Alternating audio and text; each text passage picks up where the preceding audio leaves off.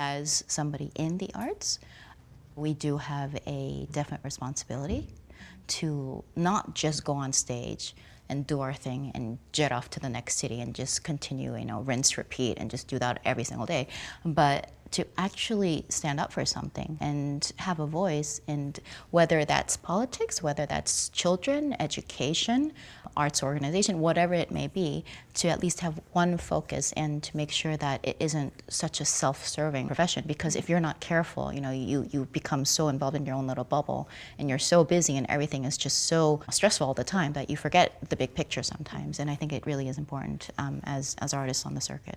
So at what point, since you did start so young, at what point did you start to realize this responsibility as an artist, and at what point did you start to become aware of the potential for the arts to influence the ethics? I think the very first time I was struck, literally like a bus hit me, was when I had a performance in North Korea.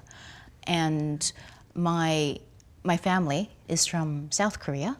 My grandparents came from the north, and then they both came to Seoul to go to college, and overnight the border went up, so my grandparents never got to see their parents after that. So my parents were born in Korea, in South Korea, and I was born in the US. So it's very layered, and I have my own feelings about the north and south situation in Korea, but my grandparents, just listening to them talk about it, they would get very emotional about it, and I could see that it meant a lot to them.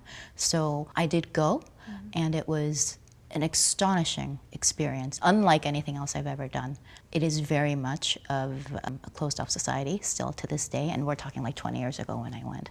But I did realize for the very first time during that concert, with all these issues going on and all these diplomatic and political issues going on with the North and the South, here I am, and I'm a South Korean American kid with South Korean parents, and I'm standing on this North Korean stage with a mixture of the South Korean and the North Korean orchestra, and we're performing. And if it's possible on one stage, if it's possible for us to rehearse together, work together, and create a concert together on one stage, why can't it be a bigger stage? And why can't it somehow just spread and hopefully lead to talks and hopefully a better situation? So I think that was the first time that I realized that music can be utilized as a sort of soft tool in a cultural, diplomatic way. We certainly see with music in other parts of the world. We see with Daniel Barenboim's Divan Orchestra. Yes. So it's fascinating to hear what you're saying about North Korea, because that's really an example that we rarely hear.